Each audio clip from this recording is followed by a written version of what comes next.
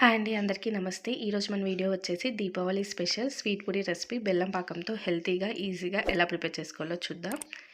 ఈ రెసిపీ వచ్చేసి పిల్లల నుంచి పెద్దవాళ్ళ వరకు చాలా ఇష్టంగా తింటారు. సో ఈ దీపావళికి తప్పకుండా ఈ రెసిపీని ట్రై చేయండి. ఇప్పుడు రెసిపీలోకి వెళ్ళిపోదాం. ఇక్కడ నేను ఈ బౌల్తో 1.5 కప్ వరకు గోధుమ పిండిని తీసుకుంటున్నాను అండి. మీరు గోధుమ పిండి ప్లేస్లో మైదాని కూడా యూజ్ చేయొచ్చు. నేనైతే ఇక్కడ గోధుమ పిండితో మీకు రెసిపీని చూపిస్తున్నాను.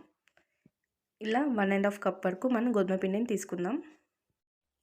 ఇప్పుడు ఈ పిండిలో తగినంత ఉప్పు, అలాగే ఒక 2 టేబుల్ స్పూన్ ఆఫ్ షుగర్ని యాడ్ చేసుకుంటున్నాను అండి. ఈ స్వీట్ రెసిపీలో షుగర్ని యాడ్ చేయడం వల్ల టేస్ట్ అనేది చాలా బాగా వస్తుంది. ఇప్పుడు కొద్దిగా నెయ్యిని కూడా వేడి చేసుకొని ఇలా పిండిలో యాడ్ చేసుకొని ఒకసారి బాగా కలుపుకుందాం. ఇప్పుడు పిండి మనకి ఈ విధంగా ఉండాలండి. ఇలా వస్తే మనకి పూరీలు అనేవి చాలా చక్కగా వస్తాయి.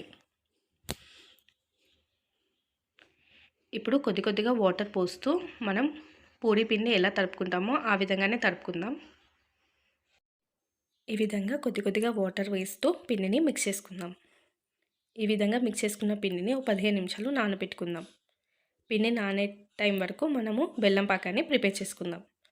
ఇప్పుడు స్టవ్ మీద ఒక ప్యాన్ పెట్టుకొని ఇక్కడ నేను 1.5 కప్ గోధుమ పిండి తీసుకున్నా కదండి. 1.5 కప్ గోధుమ పిండికి 1 కప్ బెల్లం అయితే సరిపోతుంది. ఈ విధంగా బెల్లం తీసుకొని అందులో కొద్దిగా వాటర్ వేసి బెల్లాన్ని కరిగించుకుందాం. మంటని లో టు మీడియం ఫ్లేమ్లో పెట్టుకొని బెల్లాన్ని కరిగించుకుందాం. ఈ విధంగా నేను చూపిస్తున్నట్టు మధ్యలో కలుపుతూ బెల్లాన్ని కరిగించుకుందాం. మనకి ఇక్కడ బెల్లం పాకం పట్టని అవసరం లేదండి. బెల్లం మొత్తం కరిగితే సరిపోతుంది.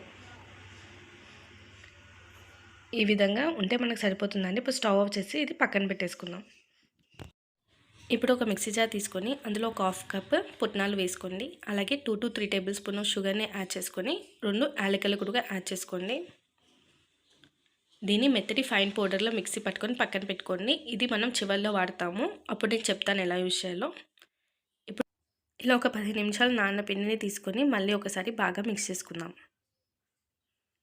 ఇప్పుడు పూరీ సైజ్ అన్ని ఇలా రౌండ్ బాల్స్లో ప్రిపేర్ చేసుకొని పక్కన పెట్టుకొని ఒక్కొక్కటి తీసుకొని ఇలా పూరీలాగా మనం ప్రిపేర్ చేసుకుందాం. ఇలా కొద్దిగా పిండిని చేసుకుంటూ ఇలా రౌండ్గా చేసుకుందాం. ఈ పూరీ వచ్చేసి మరీ మందంగా ఉండొద్దు, అలాగని మరీ సన్నగా ఉండొద్దండి. మీడియం సైజ్గా ఇలా నేను చూపించిన విధంగా ప్రిపేర్ చేసుకొని పక్కన పెట్టుకుందాం. మిగతా పూరీలు కూడా అన్ని ఇలా ప్రెస్ చేసేసుకొని పక్కన పెట్టేసుకోండి.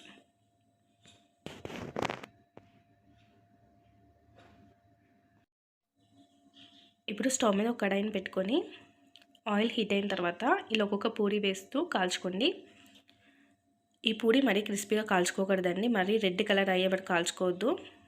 అటు ఒక 1 మినిట్ ఇటు ఒక 1 మినిట్ అలా కాల్చుకొని ఆయిల్లోంచి తీసేయండి. ఎందుకంటే ఈ పూరీలు మనకి మెత్తగా ఉండాలి, మనం స్వీట్ ప్రిపేర్ చేసుకుంటున్నాం కాబట్టి. అలాగే అన్ని పూరీలు కూడా ఇలా 2 సైడ్స్ కాల్చుకొని పక్కన పెట్టేసుకుందాం. ఈ విధంగా మనం పూరీలు కాల్చుకొని పక్కన పెట్టుకోవాలండి. ఇప్పుడు ముందుగా మనం ప్రిపేర్ చేసుకున్న పాకాన్ని తీసి ఇలా పెట్టుకుందామండి. పాకం కొద్దిగా చల్లారితే గట్టిగా దగ్గర అయిపోతుందండి. సో కాసేపు మళ్ళీ స్టవ్ మీద పెట్టుకొని 2-3 మినిట్స్ హీట్ చేస్తే మళ్ళీ పాకం అనేది లూజ్ అయిపోతుంది. మనకి ఇక్కడ వచ్చేసి చాలా లూజ్గా ఉండాలి, పాకం గట్టిగా ఉండొద్దు. కొద్దిగా లూజ్ అయిన తర్వాత ఇలా ఒక్కొక్క పూరి వేసి ఒక 2 నిమిషాలు నాననివ్వండి. ఇప్పుడు పూరికి ఏమైనా ఎక్స్ట్రా పాకం ఉంటే అది వెళ్ళిపోయేంత వరకు ఇలా ఉంచుకొని ఒక ప్లేట్లోకి తీసుకొని పెట్టుకోండి. ఇప్పుడు మిగతా అన్ని పూరీలు కూడా సేమ్ ప్రొసీజర్లో చేసుకొని పక్కన పెట్టుకోండి. ఇప్పుడు మనం మిక్సీ పట్టుకున్నాం కదండి పుట్నాల పౌడర్.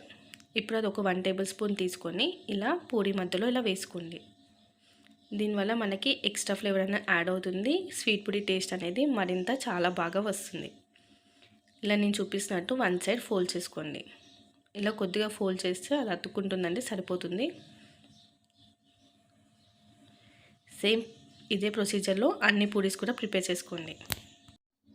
ఇప్పుడు స్వీట్ పూరీస్ అన్నీ ప్రిపేర్ చేసుకున్నాం కదండి, అవన్నీ ఒక ప్లేట్లో సర్వ్ చేసుకొని ఇలా పైనుంచి కొద్దిగా కొబ్బరి పౌడర్ని ఇలా తురుముకొని ఇలా చల్లుకున్నానండి. అంతేనండి, ఎంతో tasty and healthy sweet Puri recipe prepare అయిపోయింది. చూసారా, చూడడానికి ఎంత కలర్ఫుల్గా ఉంది, టేస్ట్ కూడా అంతే బాగుంటుంది. సో ఈ దీపావళికి తప్పకుండా ఈ రెసిపీని ట్రై చేయండి. మీకు ఈ రెసిపీ నచ్చినట్టయితే మన ఛానల్ లైక్ చేసి సబ్స్క్రైబ్ చేసుకోండి. Thank you for watching.